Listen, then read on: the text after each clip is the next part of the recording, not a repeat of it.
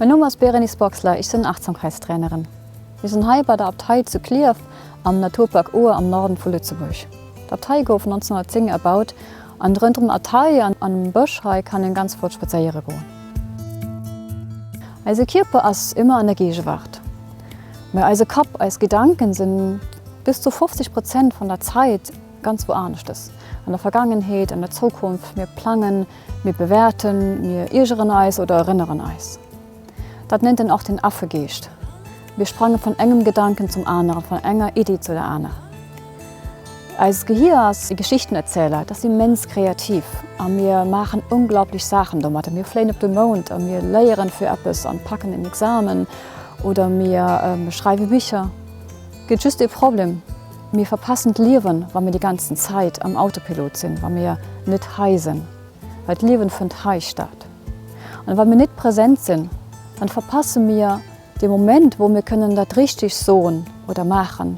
Wir verpassen für ganz bewusst Stopp oder Jo zu sagen. Wir verpassen das engem Not zu lauschen. Und wir verpassen einfach die Gelegenheit, für wirklich ganz bewusst das Leben zu leben. Planen und organisieren und die Berechtigung, das ist wichtig und das müssen wir machen am Alltag. Weil dann soll es bewusst geschehen. Und nicht unkontrolliert kommen, wenn wir am Anfang nur Feierabend auf der Terrasse entspannen wollen. Also Kopf produziert immer Gedanken, die nicht hilfreich sind. Zum Beispiel, ich bin zu alt, ich kann das nicht, ich bin zu unsportlich. Solch bewertend und selbstkritisch Gedanken haben einen ganz großen Einfluss auf als Stimmungen, auf das Wohlbefinden.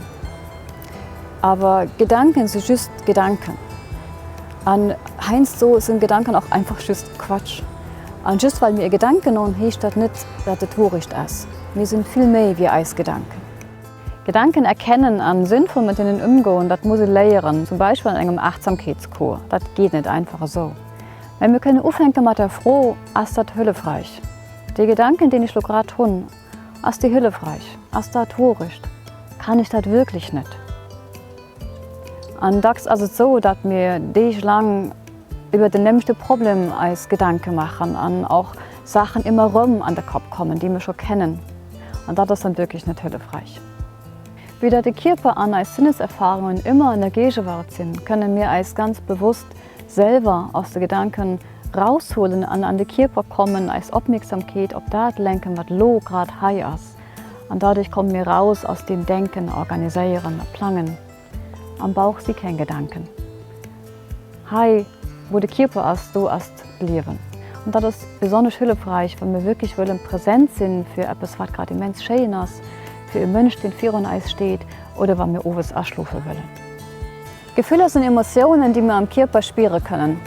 Mit Spitzen heißt du von 5 Hauptemotionen: Angst, Roserei, Freude, Trauer und Ekel.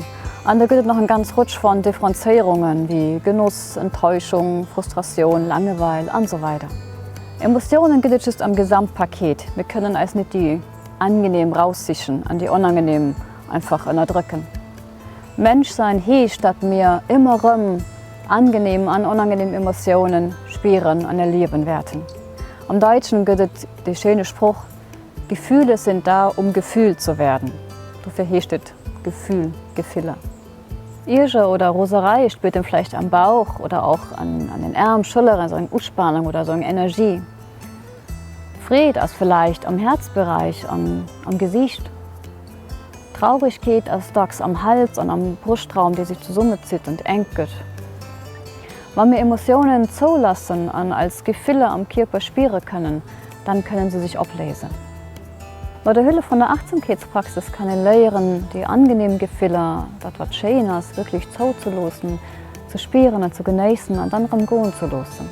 Und das, was ein bisschen schwierig ist, das unangenehm, Traurigkeit, Ärger, Frustration, Langeweile, zuzulassen, zu spüren und dadurch auch umgehen zu lassen. Und das ist dann Resilienz, wenn man mit allem, was du könnt, umgehen kann.